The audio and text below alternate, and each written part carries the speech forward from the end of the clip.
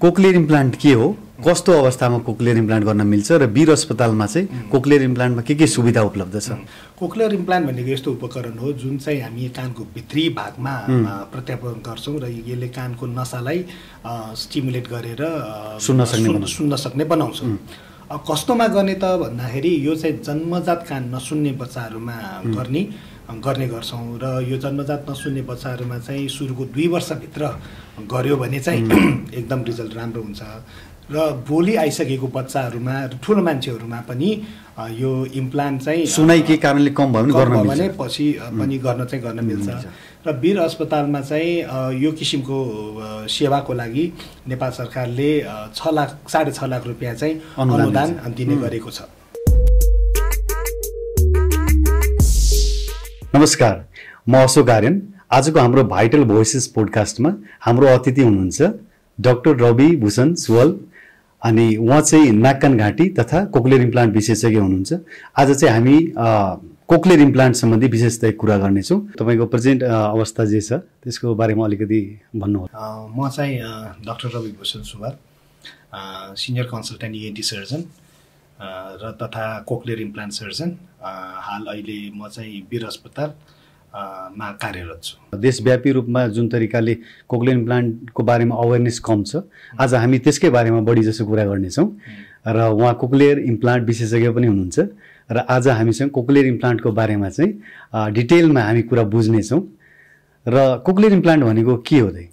Cochlear implant भनेको एउटा नयाँ प्रविधि आएको हो। यो यसमा कोक्लियर इम्प्लान्टमा के गरिन्छ भन्दाखेरि यो एक किसिमको यन्त्र, बायोलोजिकल यन्त्र, यो चाहिँ कानको भित्री भागमा प्रत्यारोपण गरिन्छ र यसले चाहिँ कानको सुनाइको नसालाई स्टिमुलेट गरेर नसुन्ने मान्छेहरूलाई चाहिँ सुन्ने बनाउँछ। र सामान्य भाषामा भन्दाखेरि नसुन्ने कानलाई सुन्ने बनाउने एउटा यन्त्र हो र यो चाहिँ बिल्कुलै कान नसुन्ने र मसिनहरू लाउँदाखेरि पनि, सामान्य मसिनहरू लाउँदाखेरि पनि कान नसुन्ने मान्छेहरूमा चाहिँ सुन्न सक्ने बनाउने एक किसिमको यन्त्र प्रत्यारोपण भित्री कानमा गर्ने हो। भनेपछि यो कोक्लियर इम्प्लान्ट जुन छ नि, कुन एज ग्रुपलाई चाहिँ बढी फाइदा हुन्छ इम्प्लान्ट गरेपछि? यसलाई चाहिँ म 2 तरिकाले एक्सप्लेन गर्न चाहे। एउटा चाहिँ जन्मजात कान नसुन्ने बच्चाहरू र पछि बोली आइसकेपछि, ठुलो भइसकेपछि कान नसुन्ने, 2टा क्याटेगोरीमा राखेर मैले एक्सप्लेन गर्न चाहे। र यसमा चाहिँ जन्मजात कान नसुन्ने बच्चाहरू चाहिँ कान नसुन्नेपछि बोल्दैनन्। सो यस्तो किसिमको बच्चाहरूमा चाहिँ सकेसम्म बच्चाको चाहिँ सुनाइमा प्रब्लम छ भन्ने कुरा थाहा पाएर यस्तो बच्चाहरूलाई चाहिँ डक्टरकोमा गएर स्क्रिनिङ गरेर सुनाइमा कमी भएको पत्ता लगाएर यस्तो कन्डिसनहरूमा इम्प्लान्ट गर्ने। र दोस्रो भनेको सुनाइ पहिला ठिकै थियो र पछि सुनाइ बिस्तारै कम हुँदै गएकोहरूमा पनि बोलीमा समस्याहरू आउने र अलिकति डिमेन्सिया जस्तो अलिकति मेमोरीमा नि प्रब्लम आउने हुन्छ र यस्तोमा पनि सुनाइको मसिन यो कोक्लियर इम्प्लान्ट चाहिँ प्रत्यारोपण गर्न सकिन्छ। भनेपछि यसलाई चाहिँ 2टा ग्रुपमा विभाजन गर्दा चाहिँ एउटा बोली भाषा नसिकेको भन्दा पहिले सुनाइ गएको र अर्को चाहिँ बोली भाषा सिकिसक्यो त्यसपछि सुनाइ गयो, कम भयो, त्यो 2टा अवस्था हो। हजुर। भनेपछि बच्चा सानो छँदा उसले बोली भाषा सिकेको छैन र हामीले अब थाहा पायो कि बच्चा पूर्ण रूपले सुन्दैन या अति कम सुन्छ भने त्यो अवस्थामा कति उमेरसम्म यो कोक्लियर इम्प्लान्ट गराइसक्दा चाहिँ यसको आउटपुट राम्रो हुन्छ? बोली भाषा सिकिसकेको बच्चामा, नसिकेकोमा जन्मजात नसुन्ने बच्चाहरूको सन्दर्भमा चाहिँ के छ भन्दाखेरि यसमा सुरुमा मैले अघि पनि भने, सुरुमा चाहिँ अब यसलाई आइडेन्टिफाई गर्नु पर्यो, बच्चा सुन्ने नसुन्ने। यसमा चाहिँ अब विशेषज्ञ डाक्टरकोमा गएर ओए बेरा भन्ने टेस्टहरू गरेर सुनाइ भएको नभएको हामी कन्फर्म गर्छौँ। र नसुन्ने बच्चाहरूको हकमा हामीले चाहिँ सिटी स्क्यान, MRI र अरू केही टेस्टहरू गरेर गर्न सक्ने कन्डिसन रहेछ भने चाहिँ हामी बच्चालाई प्रत्यारोपणको लागि हामी प्रिपेयर गर्छौँ। र कान नसुन्ने बच्चाहरूको कन्डिसनमा चाहिँ, जन्मजात नसुन्नेको कन्डिसनमा चाहिँ अपरेसन चाहिँ जति सक्दो चाँडो है। जस्तो बच्चाले बोली भाषाको डेभलपमेन्ट गर्न सकिरहेको छैन भने, त्यो बेलामा सिकेको छैन भने त्यो बेलामा बेस्ट एज कतिसम्म चाहिँ मान्न सकिन्छ? त्यही भन्दै थिएँ म। बेस्ट एज जति सक्दो चाँडो, त्यो भनेको 1 वर्षभित्र 1 वर्षमा गरेको पनि राम्रो र तपाईँको अझ 1 वर्षभित्र गरेको त बेस्ट भयो र 2 वर्षसम्म गर्दा पनि उसको उमेरसम्मको बच्चाहरूसँग लगभग कम्पेरेबल आउटकम चाहिँ निकाल्न सकिन्छ, बोली चाली सबै चिज निकाल्न सकिन्छ यदि 2 वर्षभित्र गर्ने हो भने। र 2 वर्ष सपोज अब पेरेन्ट्सहरूलाई अभिभावकलाई थाहा भएन अरे बोली मतलब सुनाइमा कमी छ भन्ने कुरा थाहा भएन, 2 वर्ष नागिसक्यो भने अब के गर्ने त, बच्चा त सुन्दैन। त्यस्तो कन्डिसनमा नि इम्प्लान्ट गर्न नमिल्ने, कोक्लियर इम्प्लान्ट गर्न नमिल्ने चाहिँ होइन। कोक्लियर इम्प्लान्ट 2 वर्षदेखि फेरि 5 वर्षको बच्चाहरूमा नि गर्न त गरिन्छ, तर अघि भने जस्तै जति सक्दो चाँडो 2 वर्षभित्र गर्यो त्यो जतिको आउटकम चाहिँ अभिभावकले जुन अपेक्षा गरेको अनुसारको आउटकम परिणाम चाहिँ नआउन सक्छ। तर अभियसली तपाईँको इम्प्लान्ट चाहिँ गर्दा राम्रो र 5 वर्षभन्दा माथिको बच्चाहरूमा 5-6 वर्ष नागिसकेको कान अब त्यतिखेर थाहा नभएको कन्डिसनमा चाहिँ इम्प्लान्ट गरेर पनि त्यति धेरै आउटकम चाहिँ नआउन सक्छ। हाम्रो जस्तो देशमा होइन, अझै गाउँतिरको एरियामा इभन सहर बजारमा पनि म देख्छु होइन, बच्चाले 2 वर्ष 3 वर्ष भइसक्छ, बच्चा बोल्दैन, तर अरूको भरमा परेर बच्चा मेरो बच्चा ढिला बोल्यो तपाईँको पनि ढिला बोल्छ भन्छन् होइन। 5 वर्षसम्म हेरौँ न, हेर्छन् कुर्दा कुर्दै 5औं 6औं वर्षमा अब बच्चाले केही पनि बोली भाषा सिकेको हुँदैन अनि बल्ल तल हस्पिटल आइपुग्छन्। र त्यो बेला आइसकेपछि अब तपाईँ डायग्नोसिस गरेपछि तपाईँको बच्चाले कान पटक्कै सुन्दैन, त्यही भएर बोली भाषाको विकास भएन भन्दा प्यारेन्ट्सहरू चाहिँ प्रायः सकमा जान्छन् र उहाँहरू त्यसपछि चाहिँ उपचारको खोजी एकदम गर्न थाल्छ र आत्तिन्छन्। र यो ढिलाइ सुस्ती जुन हुन्छ नि 5 वर्ष 6 वर्षमा जेनरली ओपिडीमा आउने त्यही हो, 4-5 वर्षमै आउँछन्, 1-2 वर्षमा एकदम कमै आउँछन्। यो अवस्था जुन छ, यो अवस्थामा तपाईँले के भन्न चाहनुहुन्छ भने त्यस्तो अवस्थामा वेट गर्ने कि नगर्ने, कसरी थाहा पाउने, कुन लक्षणले गर्दा थाहा पाउने अर्ली एजमा कि तपाईँको बच्चाले कान कम सुन्छ या सुन्दैन भन्ने कुरा? बच्चा यस्तो हो, अब यसमा चाहिँ के हुन्छ, सुरुको 3-4 महिनाबाटै बच्चाहरू मात्रै सुन्छ सुन्दैन भन्ने किसिमको अलिअलि पेरेन्ट्सहरूलाई थाहा हुन्छ। 6 महिनासम्म त लगभग कहीँ कतैबाट आवाज आइरहेछ, दायाँतिरबाट आवाज आइरहेछ भने बच्चाले टाउको दायाँतिर, आँखा यता दायाँतिर फर्काउने, देब्रेतिर फर्काउने, अनि त्यसपछि केही मम्मा बाबा भन्ने वर्डहरू पनि जुन समयमा 10 महिना 12 महिनामा जुन आउने शब्दहरू बोल्नुपर्ने हो त्यो नबोल्दाखेरि चाहिँ र आवाज दिँदाखेरि चाहिँ रेस्पोन्ड गरेन भने चाहिँ पेरेन्ट्सहरूले त्यसमा चाहिँ अलिक विचार गर्नु पर्यो। अब दायाँ बायाँ छिमेकीहरूको कुरा सुनेर मेरो बच्चा त 5 वर्षमा बोलेको, कोही 4 वर्षमा बोलेको भनेर मेरो बच्चा पनि बिस्तारै बोल्ला भनेर त्यसरी बस्नुभन्दा र पछि गएर पछुताउनु भन्दा र अर्ली नै चाँडै नै होइन सुरुको 2 वर्षमै पत्ता लगाएर है अलिकति अभिभावक पनि चनाखो भएर अलिकति बच्चालाई ध्यान दिने हो र सम्बन्धित चिकित्सकसँग सल्लाह गर्ने हो भने यो जुन तपाईँले भन्नुभयो 4 वर्ष 5 वर्षमा बल्ल आइडेन्टिफाई हुने, थाहा पाउनेबाट चाहिँ बच्न सकिन्छ जस्तो लाग्छ। म यसमा फेरि एउटा कुरा एड गर्न चाहे, 1 वर्षदेखि 2 वर्षको बिचमा 3-4 वटा एकदम सटिक लक्षण भनिदिनुहोस् होइन, जसले कि कान एकदम कम सुन्छ बच्चाले त्यो देखाउँछ। एउटा चिज त कान नसुन्ने बच्चाहरू एकदम ज्ञानी जस्तो महसुस हुन्छ पेरेन्ट्सहरूलाई, सुन्दैन दुःख दिँदैन होइन, अलिकति सुनेको बच्चा जस्तो लाग्ने। अब उसले कान नसुनेपछि त दुःख त नदिने भयो, वरपर के भइरहेछ थाहा हुने, अलिकति टोलाउने, तर त्यो सँगै जिद्दी पनि बढी हुन्छ नि, अलिकति जिद्दी हुने। मेन लक्षण भनेकै ठुलो आवाजले बोलाउँदा पछाडिबाट बोलाउँदा, अगाडिबाट त हामी इसारा गरेर आऊ भन्दाखेरि हातको इसाराले नि अब मेरो बच्चा सुन्छ भन्ने जस्तो महसुस हुन्छ, तर ब्याकबाट बोलाउँदाखेरि पछाडिबाट बोलाउँदा ठुलो स्वरले बोलाउँदाखेरि पनि फर्केर हेरेन भने, डोरबेलहरू बजाउँदाखेरि नसुन्ने, घरमा कुकुर पुगेर रेस्पोन्ड नगर्ने, ठुलो आवाजमा रेस्पोन्ड नगर्ने भनेपछि अब हामीले बुझ्नुपर्छ अब बच्चाले चाहिँ बच्चाको सुनाइमा चाहिँ डेफिनेटली कमी छ र यही कारणले गर्दाखेरि चाहिँ बोलीचालीमा अलिकति प्रब्लम आइरहेछ भन्ने हिसाबमा चनाखो भएर एकचोटि नजिकको डाक्टरसाहबहरूसँग, नाक कान घाँटीको डाक्टरसाहबहरूसँग सल्लाह गरेको चाहिँ बेटर हुन्छ। भनेपछि कान सुन्न लक्षणहरू कम छ भन्ने लक्षणहरू देखियो भने नाक कान घाँटी विशेषज्ञसँग तुरुन्तै परामर्श लिनु जरुरी देखिन्छ। ठिक छ। अब मानिलिउँ बच्चा सुन्दैन, पटक्कै सुन्दैन, बोली भाषाको पनि विकास गर्न ढिलाइ भइरहेछ भने त्यो अवस्थामा ट्रिटमेन्ट अप्सन कोक्लियर इम्प्लान्ट अहिलेको टाइममा राम्रो हो। हजुर। कोक्लियर इम्प्लान्टको के हुन्छ त, यसको कतिको खर्च लाग्छ, के हुन्छ अनि कस्तो सुविधा छ, कहाँ जानुपर्छ कोक्लियर इम्प्लान्ट गराउनलाई? हजुर सही प्रश्न गर्नुभयो। यो कोक्लियर इम्प्लान्ट चाहिँ नेपालमा अहिलेको लागि वीर हस्पिटल र टिचिङ हस्पिटलमा यसको सेवा सुचारू भइसकेको छ।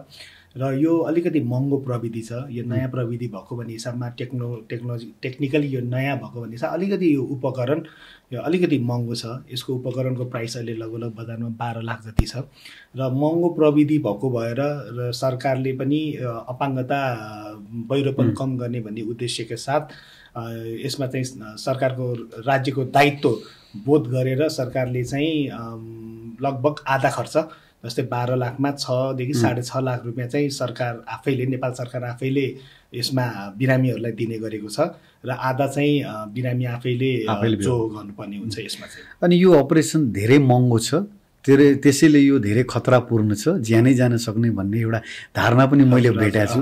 यो कतिको सत्य छ यो कुरा? होइन, अपरेसन एकदम सेफ सर्जरी हो। अलिकति इम्प्लान्ट महँगो, कोक्लियर इम्प्लान्ट चाहिँ अलिकति महँगो भएको भन्ने हिसाबमा मात्र अलिकति बिरामीहरूलाई अभिभावकहरूलाई त्यस्तो लागेको मात्र। अपरेसन एकदम बिल्कुल सेफ अपरेसन हो।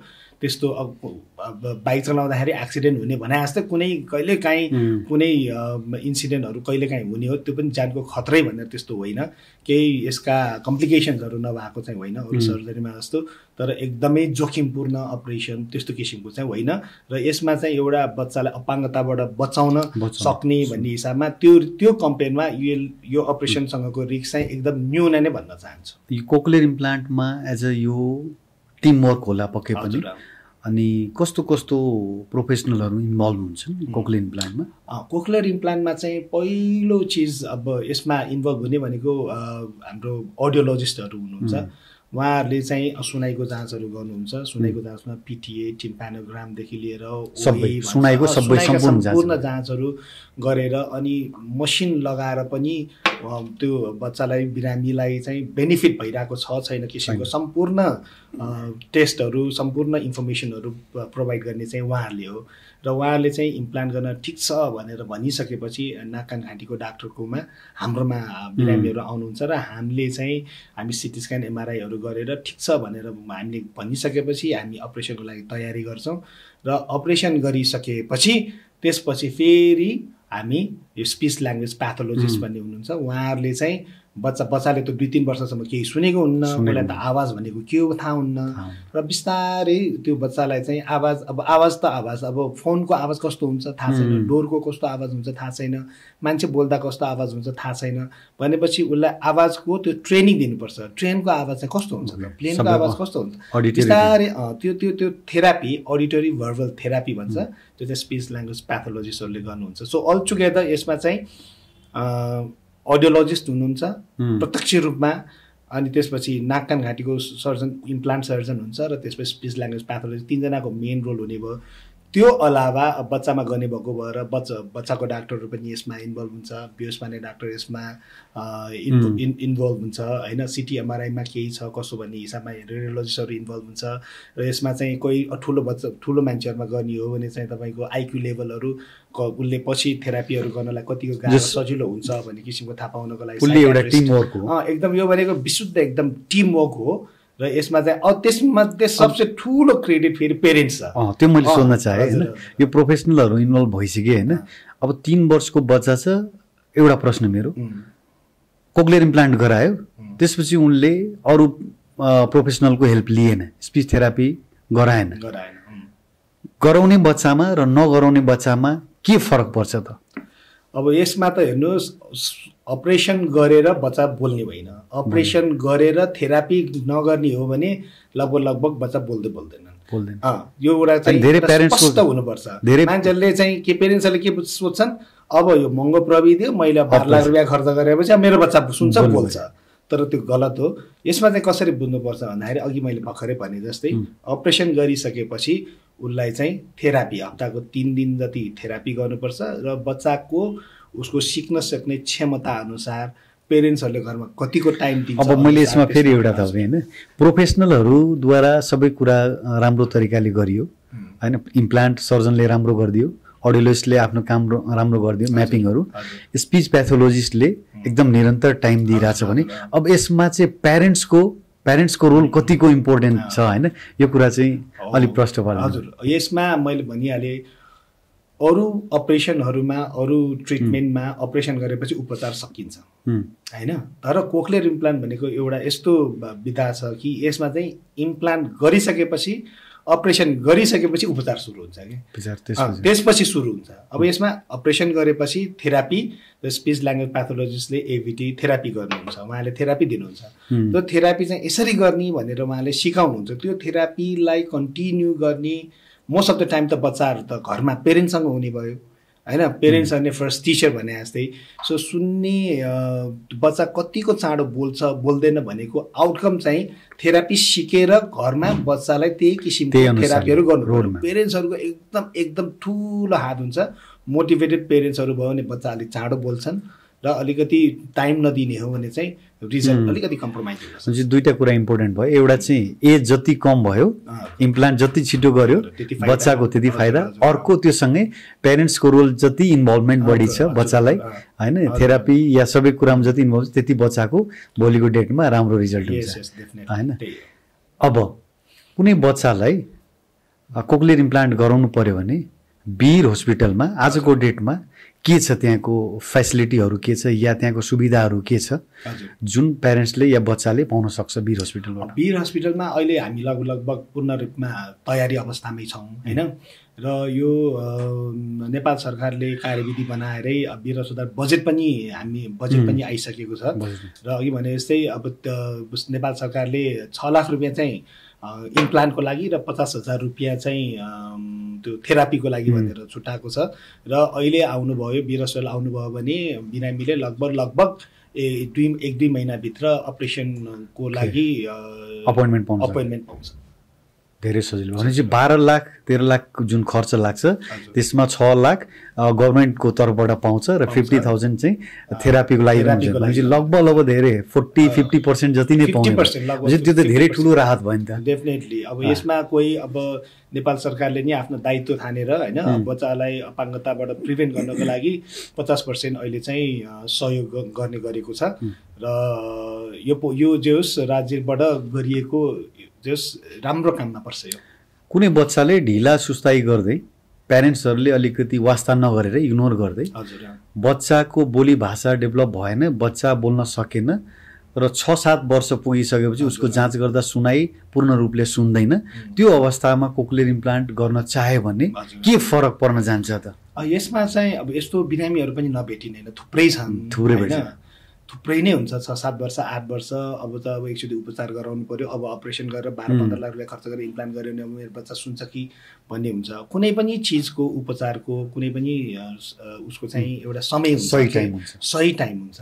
अघि भने जस्तै 2 वर्षमा बेस्ट रिजल्ट आउँछ, 2 देखि 5 मा पनि राम्रै रिजल्ट आउँछ, कम्परेबल रिजल्टै आउँछ। तर 5-6 वर्ष नागिसकेपछि एउटा त्यो बोलीको सेन्टर जुन दिमागमा हुन्छ त्यो सेन्टरले नि त्यति राम्ररी काम गरेको अवस्था हुँदैन हैन। उसले जुन भाषाहरू सिक्नुपर्ने सुरुको 4-5 वर्षमै सिक्ने हो कि है, न्युरो प्लास्टिसिटी भन्छौँ हामी। त्यो 6-7 वर्ष नागिसकेपछि त्यो जुन युजै नभएर बसेको हो जुन ब्रेन छ सुनाइको एरिया, त्यो एरिया नै राम्ररी काम नगरिसकेपछि इम्प्लान्ट गरे नि त्यति धेरै फाइदा त हुँदैन। तर कोही पेरेन्ट्सहरूले ओके म गर्छु भन्नु भने गर्ने नमिल्ने भन्ने चाहिँ होइन, तर आउटकमको हिसाबमा चाहिँ त्यति राम्रो चाहिँ हुँदैन। अब यही ठाउँमा मैले अर्को पनि जोड्न चाहे, 7 वर्षको बच्चा छ, उसले बोली भाषा मजाले डेभलप गर्यो, सडनली बिरामी पर्यो, के भयो, भाइरल इन्फेक्सन भयो या ट्रमेटिक भयो, मेनिन्जाइटिस भयो, 7-8 वर्षको उमेरमा उसको सडन लस भएर पनि कान कम्प्लिटली बन्द भयो। त्यो अवस्थामा कोक्लियर इम्प्लान्टको रोल के हुन्छ? त्यस्तो अवस्थामा चाहिँ फेरि एकदम राम्रो छ। अब बोली राम्रो आइसकेको अवस्था, सपोज अब 8-9 वर्षको बच्चा भनौँ हैन, राम्रो सुनिरहेको, राम्रो बोलिरहेको, अल अफ सडन केही रोग लाग्यो, केही रोगले गर्दा दुईटै कान बन्द, ट्याप्प केही पनि सुनेन। र त्यस्तो कन्डिसनहरूमा चाहिँ अझ इम्प्लान्ट गर्यो भने चाहिँ रिजल्ट एकदमै राम्रो हुन्छ त्यस्तोमा चाहिँ। र सकेसम्म चाँडो गर्नुपर्छ।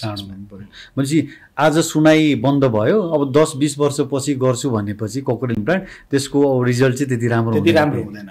यस्तो मैले भन्न खोजेको जस्तै अब ठुलै मान्छे बच्चा मात्र भएन, अघि 8-9 वर्षको बच्चाको कुरा गऱ्यो, सपोज 20-22 वर्षको मान्छे छ र कुनै कारणले गर्दा सुनाइ गयो सुनाइ गएको 1-2 वर्ष भयो भने इम्प्लान्ट गर्यो भने एकदमै राम्रो रिजल्ट आउँछ त्यस्तोमा।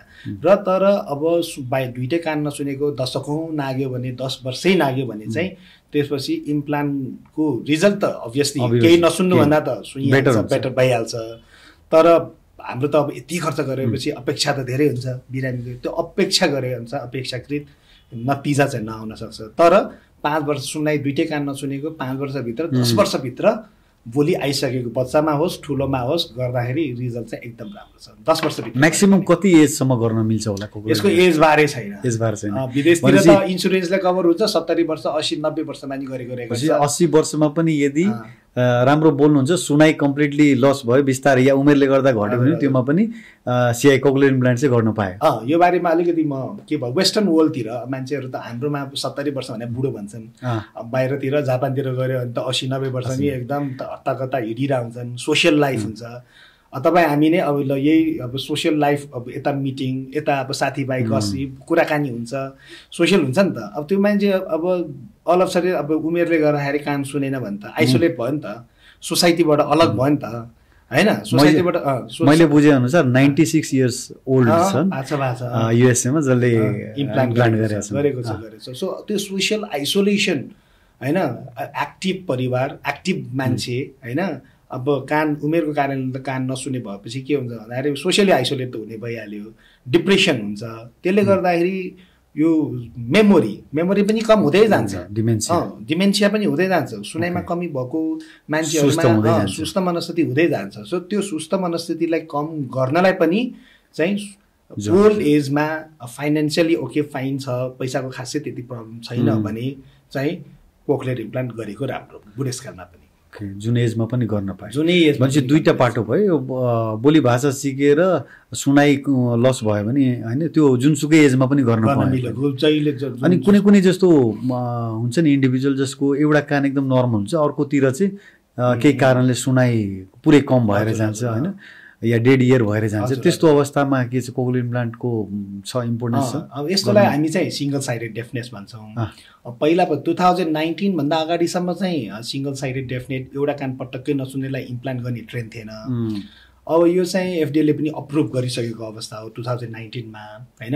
अब किन अप्रुभ गरे त, किन एउटा कानको लागि पनि यत्रो महँगो उपकरण गर्ने त भन्ने कुरा प्रश्न त आउँछ हैन। कान त सुनिरहेछ भने भगवानले त दुईटा कान बनाइदिएको छ हैन, केही न केही त रिजन हुनु पर्यो नि त। नत्र अब यो तब हामी इमेजिन गरौँ त दुईटा आँखा छ, एउटा आँखा भएन भने कस्तो महसुस हुन्छ त? यसो आँखा छोपेर हेरौँ त एउटा कस्तो फिल हुन्छ? सेम सिनारियो कानमा पनि हुने हो हैन।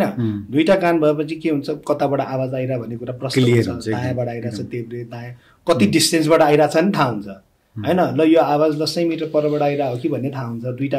अर्को चिज चाहिँ के हुन्छ भन्दाखेरि जस्तै पार्टीहरूमा हल्लाखल्ला भएको नोइजहरूमा पनि त्यो नोइजहरू त्यो त्यतिखेरको कुराकानीहरू गर्न दुईटै कान भयो भने सजिलो हुने हो हैन। यी सबै फाइदाहरू छन् दुईटा कानको। त्यही भएर चाहिँ अहिलेको कन्सेप्टमा चाहिँ अब यो एफडिएले अप्रुभ गरेको रिजन यी सबै चिजहरू दुईटै कानबाट हुने बेनिफिट हुन दिनको लागि चाहिँ अहिले सिङ्गल साइडेड डेफनेसमा पनि अब यो कोक्लियर इम्प्लान्ट गर्ने ट्रेन्ड विदेशमा त सुरु नै भइसक्यो 4-5 वर्षदेखि भइ नै रहेछ। नेपालको कन्डिसनमा चाहिँ अब दुईटै कानमा बहिरो हुँदाखेरि त अब इम्प्लान्ट गर्ने प्रचलन आइसकेको छैन भनेपछि सिङ्गल साइडेड त अलिकति टाइम लाग्ला, ढिलो चाँडो त्यो पनि होला नेपालमा पनि हैन। तर सिङ्गल साइडेड डेफनेसमा पनि कोक्लियर इम्प्लान्ट गरेको चाहिँ राम्रो। जसले बोली भाषा सिकेका छैन हैन त्यस्तो अवस्थामा चाहिँ सानो बच्चाहरूमा बेस्ट क्यान्डिडेट को हो कोक्लियर इम्प्लान्ट? बच्चामा बेस्ट क्यान्डिडेट भनेको बोली नआएको कन्डिसनमा भन्नुभयो हैन, त्यो पनि भयो। सुनाइको अवस्थाले भनेको मैले सुनाइको अवस्थामा बिल्कुलै कान नसुन्ने र श्रवण यन्त्रहरू राखेर पनि केही बेनिफिट नभएको त्यो बच्चाहरूमा चाहिँ सबसे बेस्ट रिजल्ट आउने भयो। त्यो पनि 1 वर्षभित्र गरेर बेस्ट हो, सकिएन यताउता भने 2 वर्षसम्म गर्दाखेरि बेस्ट रिजल्ट आउँछ 2 वर्षभित्र। र अर्को बेस्ट रिजल्ट कस्तो कन्डिसनमा आउँछ भने दुईटैमा गऱ्यो भने, दुईटैमा एट अ टाइम साइमल्टेनियस गर्दा पनि हुन्छ, एउटा गरेर या 2 वर्षपछि या 1 वर्षपछि अर्को कानमा गर्दाखेरि पनि best. So as early as possible जति सक्दो चाँडो 2 वर्षभन्दा अगाडि 1 वर्षभन्दा अगाडि 1 वर्षमा गऱ्यो भने बेस्ट रिजल्ट भयो। र अर्को भनेको चाहिँ दुईटै कानमा गर्ने दुईटै कानमा गऱ्यो भने अघि पनि भने मैले दुईटै कानको महत्त्व हैन यो स्टडीहरूले रिसर्चहरूले यो सबै प्रश्न पारिसकेको छ कि एउटा कानमा प्रत्यारोपण गरेको बच्चा र दुईटा कानमा प्रत्यारोपण गरेको बच्चाको बोलीमा जस राम्रै डिफ्रेन्ट हुन्छ। जस्तो एउटा इम्प्लान्ट चाहिँ 2 वर्षको एजमा गर्यो, अर्को इम्प्लान्ट चाहिँ 10 वर्ष पुगेपछि गर्ने भन्यो भने के हुन्छ त्यस्तो अवस्थामा? डेफिनेटली नगर्नुभन्दा डेफिनेटली फाइदै छ, त्यसमा घाटा के पनि छैन। अब कस्तो अवस्थामा चाहिँ कोक्लियर इम्प्लान्ट गर्नै मिल्दैन? कोक्लियर इम्प्लान्ट गराउनु हुँदैन। अब यस्तो कोक्लियर इम्प्लान्ट चाहिँ यो कानको भित्री भागमा प्रत्यारोपण गर्ने भयो र अब सुनाइमा कमी हुने कारण भनेको कुनै कुनै बिरामीहरूमा कानको भित्री भाग नै हुँदैन, कानको कोक्लिया नै हुँदैन, जन्मजातै कोक्लिया डेभलपै भएको हुन्न, जन्मजात डेभलप नभए त्यसमा त गर्न मिलेन।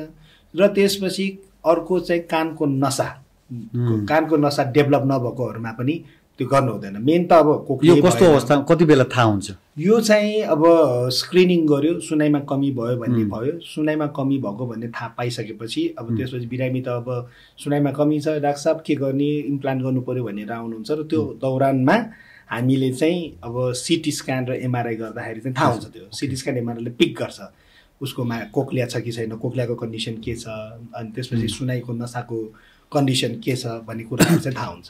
सो यो पर्टिकुलरली थुप्रो अरू पनि छन् 3-4वटा, तर मेन सारांशमा भन्नुपर्दा जसकोमा चाहिँ कानको भित्री भागै हुँदैन र कानको नसा नै नहुने जन्मजात त्यस किसिमको बिमारीहरूमा चाहिँ बच्चाहरूमा चाहिँ इम्प्लान्ट नगरेको राम्रो गर्दैन। जस्तो मानसिक अवस्थाले के रोल प्ले गर्छ? मानसिक अवस्थाको यस्तो कन्ट्रोभर्सी छ यसमा। अब कोही बच्चा योसँग अर्को जस्तो सेरिब्रल पल्सीहरू छ या अटिज्म स्पेक्ट्रम डिसअर्डर छ या अरू डिसेबिलिटी केही छ त्यस्तो? हजुर, अब यसमा मैले भन्न खोजेको चाहिँ मल्टिपल डिसेबिलिटी लिएर पनि जन्मिन्छ बच्चा।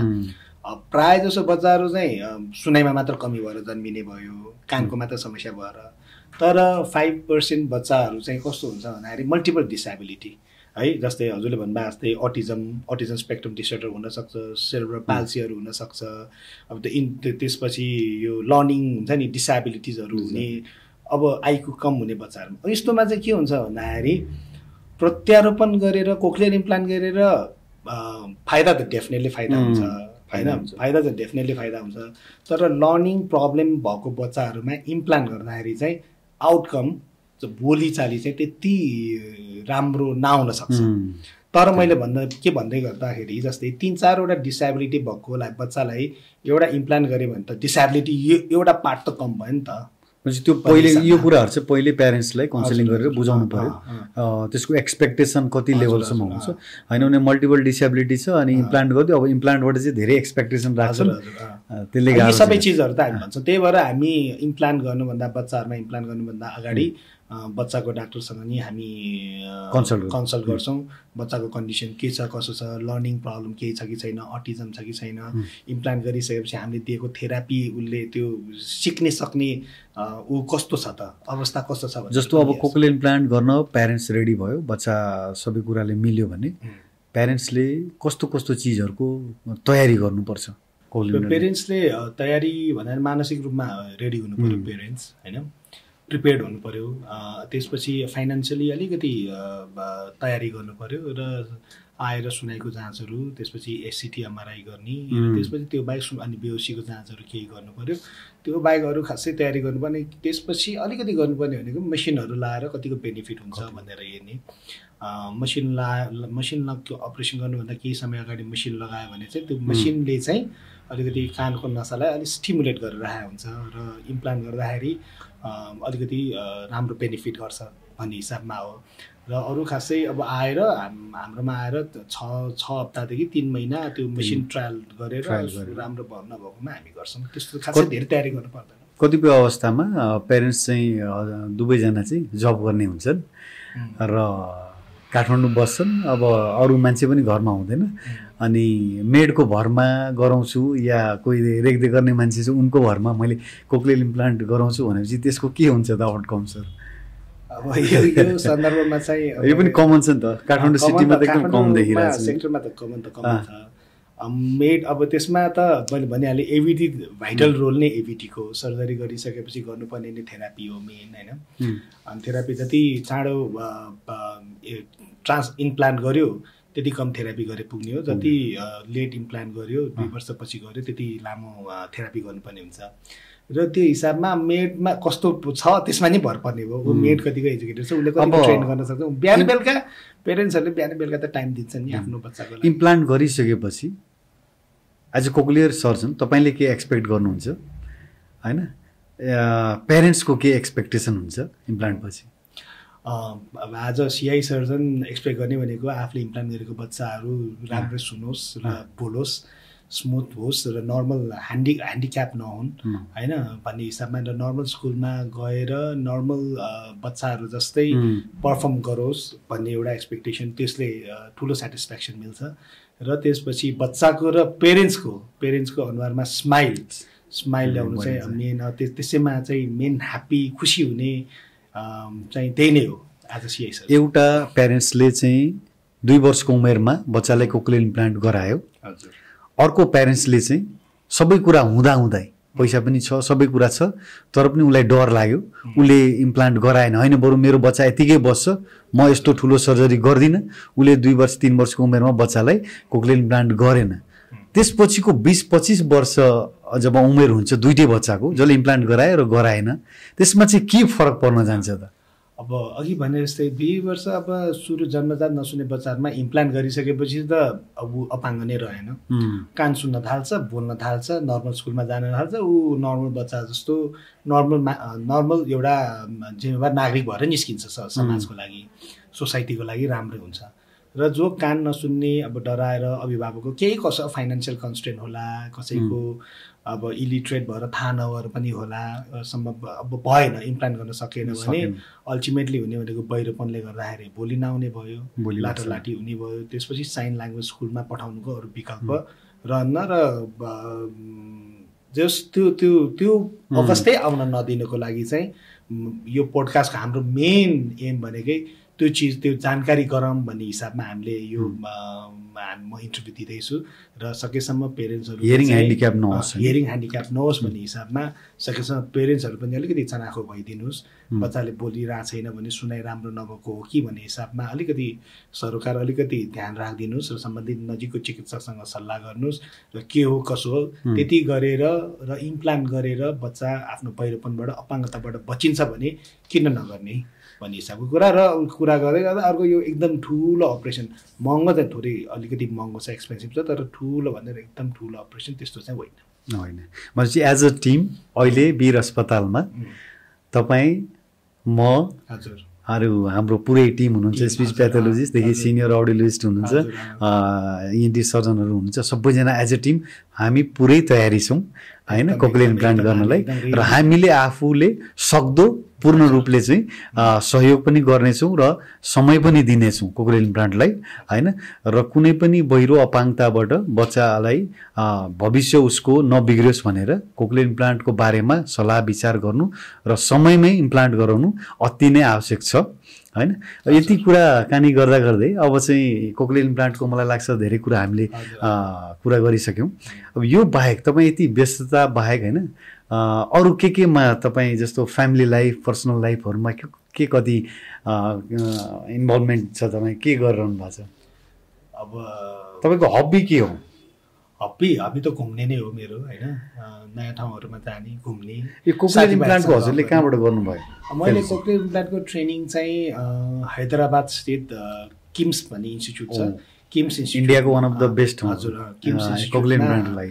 किम्स इन्स्टिच्युटमा गएर फेलोसिप ट्रेनिङ लिएर आएको मैले किम्स हस्पिटल हैदराबादमा घुम्न भन्नाले अरू कस्तो ठाउँहरू घुम्नुहुन्छ त घुम्ने भन्नाले अब मलाई चाहिँ अलिकति इन्डियातिर जाँदाखेरि या अरूतिर बाहिरतिर जाँदाखेरि चाहिँ बिचहरू नै मनपर्छ है समुद्र छेउमा अब समुद्र परिवेशित देश पऱ्यो हाम्रो त्यो हिसाबमा मलाई चाहिँ समुद्रहरू बिच साइडतिर नै मनपर्छ एकदम साथीहरूसँग ह्याङआउट हुने रमाइलो गर्ने गफसप गर्ने अनि मुभी पनि हेर्छु ओके लिट्रेचर बुकहरू पढ्ने त्यस्तो बुक रिसेन्ट टाइममा पढेको बुक्सहरू त्यस्तो लिट्रेचरै पढ्ने बानी त मेरो त्यस्तो धेरै छैन होइन लिट्रेचरहरू म त्यति धेरै इन्ट्रेस्टेड चाहिँ छैन लिट्रेचर म त्यति पढिरहन्न लिट्रेचर चाहिँ अब अलिअलि जस्तो प्रश्नहरू मैले कान्दा घाँटीको बारेमा पनि अलिकति हाम्रो दर्शकहरूले होइन केही सामान्य क्वेसनहरू जस्तो काठमाडौँमा धेरै जसो मान्छेलाई एलर्जी हुन्छ खोकी धेरै भइरहेको हुन्छ नाक धेरै बुझिन्छ होइन त्यस्तो बेलामा चाहिँ जस्तो सिजन चेन्ज भयो त्यस्तो बेलामा के गर्दा चाहिँ उपयुक्त होला अब यस्तो यसमा नाकमा रुगाखोकी चाहिँ यो काइन्ड अफ भाइरल इन्फेक्सन हो सिजन चेन्जसँगै यो अहिले व्याप्त पनि छ अहिले काठमाडौँमा होइन यसमा चाहिँ अब हाँचीहरू गर्दाखेरि अब पेसेन्ट घरमा कसैलाई समस्या छ भने मास्क लाएर बसिदिनु भयो भने अरूलाई नसर्ने एउटा कुरो भयो र खानपिन अलिकति चिसो चिजबाट बस्नु पऱ्यो चिसो चिजहरू खानु भएन र डेरी प्रडक्टहरूले अलिअलि नाकलाई पनि असर गर्छ खोकीलाई पनि समस्या गर्छ ती चिजहरूबाट बस्नु पऱ्यो होम रेमेडिजहरू नै गर्दाखेरि निको हुन्छ एन्टिबायोटिकहरू त्यस्तो सेवन गर्नुपर्ने अवस्था चाहिँ हुँदैन कतिपय बच्चालाई म देख्छु होइन सानो 3, 4, 5 वर्षको उमेरमा नाक बन्द हुन्छ नाकबाट सिँगान बगिरहेको हुन्छ रुगाखोकी लामो समयसम्म लागिरहेको छ होइन त्यस्तो अवस्थामा चाहिँ बच्चालाई पर्ने असरहरू कस्तो हुनसक्छ प्यारेन्ट्सले के कुरामा ध्यान दिनुपर्छ अब यस्तो छ 3, 4, 4, 5 वर्षको बच्चाहरूमा नाक बन्द भइराख्नेका थुप्रै कारणहरू छन् एउटा एलर्जी पनि हो होइन एलर्जीले बच्चाहरूमा पनि एकदम कमन छ एलर्जी त्यसपछि पिनास हुन्छ बच्चाहरूमा पनि त्यसले पनि समस्या गर्छ र यी सबै चिजहरूको जड चाहिँ अझ चाहिँ एडिनोइड भन्ने टिस्यु एडिनोइड हाइपरट्रफी भनेको टन्सिल जस्तै एउटा टिस्यु तर नाक पछाडि कोइनाभन्दा पछाडि है नाजोफारिङ्स भन्ने ठाउँमा एउटा मासु पलाउँछ भन्दाखेरि हुने नै मासु हो तर अलिक ठुलो हुन्छ टन्सिल ठुलो भएको बच्चाहरूमा त्यो पनि ठुलो हुन्छ र त्यसले चाहिँ नाक पछाडिको पाललाई बन्द गर्छ कि पाल बन्द गर्छ त्यसले गर्दाखेरि घोर्ने किसिमको समस्याहरू ल्याउँछ र त्यो चाहिँ एउटा के हुन्छ भन्दाखेरि एडिनोइड हाइपरट्रफी भइसकेपछि चाहिँ त्यो चाहिँ एउटा सोर्स अफ इन्फेक्सन त्यहाँनिर ब्याक्टेरियाहरू बसिरहेको हुन्छ र त्यसले गर्दाखेरि नाक त बन्द हुने भयो त्यो अलावा यसले पिनासहरू गराउने यसले गर्दा कानलाई समस्या गर्ने बारम्बार रुगाखोकी लागिराख्ने किसिमको समस्या चाहिँ यसले गर्दा गर्छ लङ टर्ममा यसले सुनाइ पनि कम गराउँछ यसले गर्दा अब कान जालीभन्दा भित्र पानी जम्मा हुन थाल्छ होइन त्यही हिसाबमा चाहिँ बारम्बार रुगाखोकी लागिरहेको बच्चाहरूमा पिनास भइरहेको बच्चाहरूमा नाक बन्द हुने बच्चाहरूमा बच्चा चाहिँ राति घुर्छ कि घुर्दैन त भन्ने कुरा पनि अलिकति विचार गरिदिनुपर्छ र यदि घुर्ने बानी छ भने त्यही त्यो घुराइको लागि के गर्नुपर्ने कसो गर्नुपर्ने सम्बन्धित नजिकको सानै उमेरदेखि कान पाक्छ नि त्यसको कान पाक्नु कान बग्नुको मुख्य कारण के हुन सक्छ कान पाक्नुको प्रमुख दुईटा कारण हो मेन कारण भनेको अब हामी पर्दा भन्छौँ कानको पर्दा जाली फुटेर हुने किसिमको समस्या भयो अर्को चाहिँ अब कानभित्र भएको हड्डीहरू खिने त्यो चाहिँ त्यति धेरै कमन छैन तर मेन कमन भनेको चाहिँ जाली फुटेर पिप आउने हो बच्चामा के कारणले त्यो जालीमा पिप जम्छ या फुट्छ जाली धेरै बच्चा कमन त्यो सुरुवात पनि रुगाखोकीबाटै हुन्छ अब यो इन्टरकनेक्टेड छ नाक कान घाँटी भनेको होइन नाक पछाडि एउटा ट्युब हुन्छ त्यो ट्युब त्यसलाई स्ट्याचन ट्युब भन्छौँ हामी त्यो ट्युब चाहिँ नाक पछाडिबाट कानको मध्य भागमा जोडिन्छ कनेक्सन हुन्छ होइन अब त्यो सङ्क्रमण रुगाखोकी लागिसकेपछि के हुन्छ त भन्दाखेरि नाक पछाडिको त्यो स्ट्याचन ट्युबले राम्रो काम गर्दैन र ट्युबबाट बिस्तारै सङ्क्रमण कानतिर जान्छ कानभित्र बिस्तारै पिप जम्मा हुँदै जान्छ र कान दम्म हुने भारी हुने किसिमको समस्याहरू हुन्छ मध्यरातमा सुतिरहेको बच्चा कान दुख्यो भनेर उफ्रिने कराउने हुन्छ र त्यसलाई समयमा उपचार गरेन जाली फुटेर पिप बाहिर आउने हो हाम्रो ओपिडीमा धेरै जसो मान्छे आउँछ जसको हिस्ट्री हुन्छ लामो समयदेखि कान पाक्ने कतिले बच्चैदेखि कान पाक्छ तर ठुलो उमेर भइसक्दा पनि 30-40 वर्ष भइसक्दा पनि कानको राम्रो उपचार गरेको हुँदैन त्यो अवस्थामा चाहिँ के कम्प्लिकेसन हुनसक्छ या छिटे गराउनु या ढिलो गराउनु उपचारमा के फरक पर्न पाक्ने कानलाई चाहिँ हजुर सही प्रश्न उठाउनुभयो यसमा चाहिँ के हुन्छ भन्दाखेरि सुनाइमा अलिक ट्रिटमेन्ट लामो समयदेखि पिप बगिरहेको छ भने मेन समस्या त कानको काम सुनाइ नै भयो सुनाइमा झन् कमी हुँदै जाने भयो जाली फुटेर सुनाइमा कमी हुँदा भित्र इन्फेक्सन हुँदै गएपछि कानभित्र भएका हड्डीहरू पनि त्यो हुन्छ सानो हड्डीहरू हुन्छ सुनाइको जालीसम्म टाँसेर भयो ती हड्डीहरू पनि बिस्तारै खिँदै जान्छ त्यसले गर्दा पनि सुनाइमा कमी हुँदै जान्छ र अर्को चाहिँ कोहीमा चाहिँ अब यो हड्डी खिँदै गएर है सङ्क्रमण दिमागमै जाने त्यसपछि चक्कर लाग्ने है मेनिन्जाइटिसहरू हुने दिमागको झिल्लीको इन्फेक्सन दिमागभित्र पिप जम्मा हुने मुख बाङ्गो हुने है यी किसिमका समस्याहरू कान दुख्ने यी किसिमका समस्याहरू चाहिँ अपरेसन गरेन भने देखिन्छ अब योसँगै सहर बजारमा होइन मान्छे आजको टेक्नोलोजी धेरै युज गर्छन्। प्रायः जसोले हेडफोनहरू इयरफोनहरू युज गर्ने, लामो लामोसम्म युज गर्ने, ट्राभल गर्दा झन् युज गर्ने, त्यस्तो अवस्थामा कतिको असर गर्छ होला त्यसले? अब डेफिनेटली यो त रिसर्चबाट यो सबै प्रुभ भइसकेको चिज छ है। लामो समय हेडफोन लगाउँदाखेरि सुनाइको त्यो हेयर सेल्सहरू भन्छ कानको भित्री भागलाई यसले नराम्रोसँग असर गर्छ। अब केही समय सुन्दाखेरि त केही हुने होइन, तर लामो घन्टौँसम्म त्यस्तो गरेर बस्ने हो, सुनेर हेडफोन लाएर सुन्ने हो भने यसले नोइज इन्ड्युस्ड हियरिङ लस गराउँछ। अब यसलाई चाहिँ अब सावधानी के अपनाउने त हामीले? अब गीतै नसुन्ने त, हेडफोनै नलाउने त भन्ने कुरामा अहिले चाहिँ के कुरा आछ भन्दाखेरि हाम्रो जुन हियरिङ इन्टेन्स मोबाइलमा भनौँ या अरू कुनै स्पिकरहरूमा भोल्युमको 60% है, 60% भन्दा माथि नजाम र सुन्दाखेरि 60 डेसिबल यो के अरे 60 मिनट भन्दा बेसी नसुनौँ। सो 60-60 रुल सिम्पल भाषामा भन्दाखेरि 60-60 रुल अपनाऊ। 60% भोल्युम 60 मिनट अनि 60 मिनट यसरी गर्ने हो भने चाहिँ हामीले यो कानलाई यो हेडफोन युज गरेर पनि हामी सेफ राख्न सक्छौँ। हाम्रो यहाँ मैले प्राय हाम्रो देशभित्रमा हेर्छु होइन, नोइजी एरियामा काम गर्ने जति छन्, कार्पेन्टर होस् या फ्याक्ट्री वर्कर होस् होइन, इयर प्लग र इयर मफ हुन्छ नि, इयर प्रोटेक्टिङ डिभाइस 99%ले युज गर्दैन होइन। त्यसको के असर पर्न जान्छ त होइन? अब यसले नि डेफिनेटली यो नोइज इन्ड्युस्ड हियरिङ लस भन्ने त एउटा रोगै हो होइन। यसले गर्दाखेरि सुनाइको नसा र तपाईँको कानको भित्री भागलाई यसले नराम्रो असर गर्छ र बिस्तारै सुरुमा त सुरुको 1-2 वर्ष त केही पनि नहोला र विथ टाइम फ्याक्ट्रीमै काम गर्नेपछि त अब दिनको 8-9 घन्टा काम गर्ने भयो, कोही 10-12 घन्टा काम होला, कन्टिन्युअस ठुलो आवाजमा 8-10 घन्टासम्म र प्रत्येक दिन 365 दिनमा लगभग 300 दिन जति सुनेपछि लङ रनमा त यसले सुनाइमा कमी ल्याउँछ र त्यसलाई कम गर्नको लागि चाहिँ अब एयर प्रोटेक्टिभ प्लगहरू मफहरू चाहिँ युज गरेको चाहिँ राम्रो र अर्को एउटा कुरा के भन्न चाहे भन्दाखेरि यसमा चाहिँ अब वर्षै पछि एकचोटि ट्राफिक पुलिसै किन नहोस् या अरू फ्याक्ट्रीमा काम गर्ने ठुल्ठुलो आवाज आउनेमा फ्याक्ट्रीमा काम गर्ने कर्मचारीहरू सबैले चाहिँ वर्षमा एकचोटि प्लिज कृपया सुनाइको जाँच गर्नुहोला र सुनाइमा कमी सुनाइको स्ट्याटस के छ, सुनाइको नसा के छ, भित्री भागको अवस्था के छ भन्ने कुरा चाहिँ जानकारीमा राख्नुहोला। अर्को मैले ओपिडीमा धेरै कमन भेटेको कुरा के भने हाम्रो नेपाल आर्मीमा तपाईलाई धेरै आउँछन् भर्खर 20 वर्ष 25 वर्ष 30 वर्षको होइन, अनि हियरिङ टेस्ट गर्दाखेरि चाहिँ पुरा noise induced hearing loss especially left साइडतिर दुइटैमा हुन्छ, तर प्रायः चाहिँ लेफ्टतिर किनभने यतातिर बन्दुक यसरी च्यापेर पड्काउँछन्, यताको ओपन हुन्छ पुरै, धेरै आउँछन्। अनि मैले सोद्धा होइन त्यो इयर प्लग लाउने सिस्टम छैन र लाउन पनि दिँदैन रे भन्छन्, अनि त्यसले गर्दा सुनाइ पुरा ड्यामेज भइसकेको हुन्छ, सुन्छ तर हाई फ्रिक्वेन्सी पुरै ड्यामेज भएको हुन्छ। त्यो कुराहरूलाई चाहिँ एकदम वास्तै गरिएको छैन कि।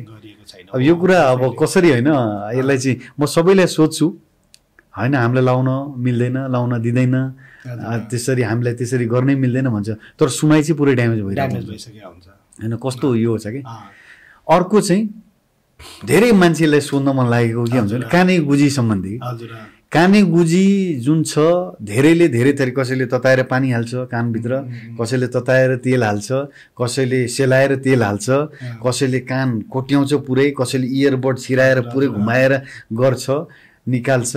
यो सब जुन तरिकाले गर्छ नि काने गुजीहरू सफा गर्ने तरिका भन्छ, यो कतिको ठिक छ कतिको गलत छ यो कुरा? अब कानेगुजीको बारेमा 2-4वटा कुराहरू म भन्छु। कानेगुजी भनेको शरीरमा यो सेरुमिनस ग्ल्यान्ड भन्ने हुन्छ, त्यसले निकाल्ने हो। त्यसले चाहिँ कानलाई अलिकति नरम बनाएर राख्ने हो, ओइली बनाएर राख्ने हो। ओइली इन्भाइरोमेन्ट कानको लागि चाहिन्छ र त्यसले चाहिँ खास प्रोटेक्टिभ रोलै हो, कानलाई बचाउँछ। र कान अब 2-3टा कुराहरू कानेगुजी नबन्न दिनको लागि मेन कुरा त कानै त्यो सफा गर्नु भएन एउटा चिज, किनकि त्यो चाहिने चिज नै हो, त्यसलाई सफा नगरौँ, सुक्खा नबनाऊ कान एक। र कानेगुजी बनि नै सकेको छ भने चाहिँ त्यसलाई चाहिँ अब तेल हालेर के हुन्छ नि घरेलु हाम्रो यो चिजहरू नगरौँ। कानेगुजी पगाल्ने औषधि हालेर हप्ता 10 दिन कानेगुजी पक्रिसकेपछि त्यसमा मनतातो पानी सिरिन्जको थ्रुबाट चाहिँ मनतातो पानी हालेर चाहिँ त्यसलाई सिरिन्जिङ गरेर कानेगुजी निकाल्न पर्छ हस्पिटल सेटअपमा। त्यो चाहिँ हस्पिटल सेटअपमा गर्नुपर्छ। र अर्को चाहिँ कानसान कोट्टाउने तेलसेल हाल्ने काम चाहिँ कृपया नगरिदिनु होला। यसले कानलाई नराम्रो बाहेक राम्रो चाहिँ गर्दैन। इयरबड धेरैले युज गर्ने कमन इयरबड घुमाएर रोल गरेर हुन्छ, त्यो कतिको ठिक हो? इयरबड मैले भने है, इयरबड युज गर्नु त्यति राम्रो होइन। इयरबडले कान झन् जाली पनि फुट्न सक्यो नि त, अलिक भित्रसम्म गयो भने जाली रिक्स भयो। र अर्को चिज चाहिँ कानमा जुन मैले ओइली सब्सटेन्सेस जुन बन्छ भनेर भनेको थिएँ त्यो पनि सबै सोरेर निकाल्ने भयो, त्यसले झन् कान सुक्खा बनाइदिने भयो। र कानेगुजी अलरेडी बनिसकेको छ भने कानेगुजी निकाल्नेको छ त कानेगुजी झन् भित्र ठेलिन्छ क्या, झन् भित्र जालीसम्म पुग्छ अनि झन् इम्प्याक्टेड भएर बस्छ र पछि गएर कान दुख्ने किसिमको समस्याहरू चाहिँ आउँछ। र त्यही भएर कानेगुजी छ भने चाहिँ कानेगुजी पगाल्ने औषधि राखेर नजिकको डाक्टरकोमा गएर नाक कान घाँटीको डाक्टरलाई सम्पर्क गरेर कान सफा गर्नु उपयुक्त हुन्छ। अनि यो सिजनहरू चेन्ज भयो भने प्रायःजसो बिरामीहरू आउँछ मेरो टन्सिल बढ्यो भन्दै मुख खोलेर गरेर पनि आफैले देखाउँछन्। यो कुरा चाहिँ टन्सिल त अब सबैलाई टन्सिल हुन्छ नै होइन, त्यसको इन्फेक्सनको कुरा हुन्छ जुन कि धेरैले बुझ्दैन। त्यसलाई चाहिँ कसरी टन्सिलाइटिस र टन्सिलको कसरी छुट्याउन सक्छ? अब यस्तो अब टन्सिल भनेको एउटा शरीरको अङ्ग हो होइन, नाक भनेको चाहिँ टन्सिल भनेको अङ्ग हो। धेरै मान्छे डराउँछन् थाहा छ, ऐनामा हेर्छ जिउको साइड मलेली देख्छ डराउँछ बा बढ्यो मेरो भनेर आउँछन्। डेफिनेटली अब हामी मेडिकल नभए हामी पनि तर्सिन्थ्यौँ होइन। यसमा के छ भन्दाखेरि टन्सिल शरीरको अङ्ग हो, कसैको सानो कसैको ठुलो हुन्छ, कसैको कोही मोटे मान्छे कोही पातलो भनेको छ टन्सिलको पनि साइज फरक हुन्छ, कसैको ठुलो कसैको सानो हुन्छ, त्यसलाई आँटिराख्नु पर्दैन। र सबै घाँटी दुखाइ चाहिँ टन्सिल होइन। एउटा कुरा चाहिँ म के प्रश्न पार्न चाहन्छु भन्दाखेरि नेपालीहरूलाई चाहिँ के छ भन्दा घाँटी दुख्यो कि टन्सिल पिनास भयो, त्यो गलत हो। र टन्सिल भनेको चाहिँ गर्दाखेरि जुन दुईटा दाना देखिन्छ त्यो चाहिँ टन्सिल भयो र त्यसको सङ्क्रमण ब्याक्टेरियाले सङ्क्रमण भयो। गर्दाखेरि त्यो टन्सिलमा सेतो सेतो पस पोइन्टहरू देखियो, त्यसले गर्दाखेरि ज्वरो आयो, खाना खान गाह्रो बनायो भने त्यसलाई चाहिँ हामीले टन्सिलाइटिस भन्ने भयो होइन। त्यो अलावा तपाईँको हामी सामान्य खालको रुगाखोकी लाग्यो भने, पिनासहरू भयो भने पनि, माथिल्लो श्वास नलीको सङ्क्रमण भयो, फ्यारिन्जाइटिसहरू भयो भने घाँटी चाहिँ दुख्छ, तर त्यो चाहिँ टन्सिलाइटिस होइन। त्यो चाहिँ टन्सिलाइटिस होइन। गर्दाखेरि देखिने दाना र त्यसमा पस पोइन्ट देखियो है, सेतो सेतो देखियो, अनि त्यसपछि ज्वरो आइरहेछ, खाना खान निकै गाह्रो भइरहेछ भने त्यो टन्सिल भयो। त्यसमा चाहिँ एन्टिबायोटिक खान आवश्यक भयो। सामान्य रुगाखोकीलाई त्यो पनि जचाएर खानु पर्यो, यो प्र्याक्टिस चाहिँ सिधै मेडिकलमा गए खाए औषधि झन् जटिल बनाएर बिगाडेर होइन, गलत एन्टिबायोटिक खाएर अनि त्यसपछि आइपुग्छ नि हाम्रो डिपार्टमेन्ट। त्यो चाहिँ भयो, त्यो एकदमै गलत प्र्याक्टिस छ, गलत प्र्याक्टिस छ नेपालमा। सही हो। अरू हजुरलाई कुनै लाग्छ नाक कान घाँटी कोक्लियर इम्प्लान्ट सम्बन्धी केही प्रश्न जुन हाम्रो दर्शकहरूले बुझ्नुपर्ने जस्तो केही लाग्छ? केही छ छुटेको? अब कानमा तेल हाल्ने नहाल्ने भन्ने कुरा एउटा छ। धेरै जसो मान्छेहरूलाई कानमा तेल हाल्न मिल्छ कि मिल्दैन भन्ने कुरामा चाहिँ कानमा तेल हाल्नु राम्रो बानी होइन होइन। यसमा चाहिँ कानमा तेल हाल्ने गर्यो भने चाहिँ यसले ढुसीको सङ्क्रमणहरू बढाउने र यसले गर्दाखेरि कान चिलाउने। तेल हालेरै झन् कान चिलाउँछ तेल यस्तो तेल हालेपछि चिलाउने हो। तर पहिला अब यति भन्दै गर्दा कति मान्छेले डाक्टरलाई के आउँदैन, यत्रा मान्छे बच्चा हामी हुर्कायौँ तेल सेल हालेर यताउता भन्ने कुराहरू पनि सुन्न पाइन्छ। यो कुरामा चाहिँ के हो भन्दाखेरि कानमा अब कानेगुजी छ भने अब तेल सेल हाल्दाखेरि राम्रो नहुने होइन, त्यसले कानेगुजी पगाल्ने हो। अब जस्तै कानेगुजीमा डाक्टरले दिने उपचार पनि अटोरेक्स यी औषधिहरू भनेको चाहिँ ओइली सब्सटेन्स नै हो, यसले कानेगुजी पगाल्ने नै हो। अब बच्चालाई कान दुखिरहेछ भने कानेगुजीले गर्दा दुख्यो कि पिप जमा भएर दुख्यो कि ढुसी पलाएर दुख्यो कि त्यो चाहिँ थाहा हुँदैन। कानेगुजी नै छ भने त्यसले राम्रै गर्छ, नगर्ने होइन। तर अभिभावकलाई त थाहा हुँदैन भित्र के छ कसो छ त थाहा हुँदैन होइन। सबै रोग त कानेगुजी होइन होइन। त्यो हिसाबमा चाहिँ थाहा नपाइकन यी चिजहरू चाहिँ नगरेको राम्रो भन्ने मेरो कुरा। फेरि पनि कोक्लियर इम्प्लान्ट के हो, कस्तो अवस्थामा कोक्लियर इम्प्लान्ट गर्न मिल्छ र वीर अस्पतालमा चाहिँ कोक्लियर इम्प्लान्टमा के सुविधा उपलब्ध छ? कोक्लियर इम्प्लान्ट भनेको यस्तो उपकरण हो जुन चाहिँ हामी कानको भित्री भागमा प्रत्यारोपण गर्छौँ र यसले कानको नसालाई स्टिमुलेट गरेर सुन्न सक्ने बनाउँछौँ। कस्तोमा गर्ने त भन्दाखेरि यो चाहिँ जन्मजात कान नसुन्ने बच्चाहरूमा गर्ने गर्छौँ र यो जन्मजात नसुन्ने बच्चाहरूमा चाहिँ सुरुको 2 वर्षभित्र गर्यो भने चाहिँ एकदम रिजल्ट राम्रो हुन्छ। र भोलि आइसकेको बच्चाहरूमा ठुलो मान्छेहरूमा पनि यो इम्प्लान्ट चाहिँ सुनाइ के कारणले कम भयो भने पछि पनि गर्न मिल्छ र वीर अस्पतालमा चाहिँ यो किसिमको सेवाको लागि नेपाल सरकारले 6.5 लाख रुपियाँ चाहिँ अनुदान दिने गरेको छ। हजुरलाई धेरै धेरै धन्यवाद छ भाइटल भोइसेस पोडकास्टमा आइदिनु भयो र तपाईँको अमूल्य शब्दहरू हाम्रो दर्शक माझ तपाईँले बस्किनु भयो र धेरै नै इन्फर्मेटिभ कुराहरू सेयर गर्नुभयो। तपाईँलाई धेरै धेरै धन्यवाद छ र हामी भाइटल भोइसेस को तर्फबाट तपाईँले एउटा सानो गिफ्ट ल्याइरहेको छु। गिफ्ट छ हजुरलाई।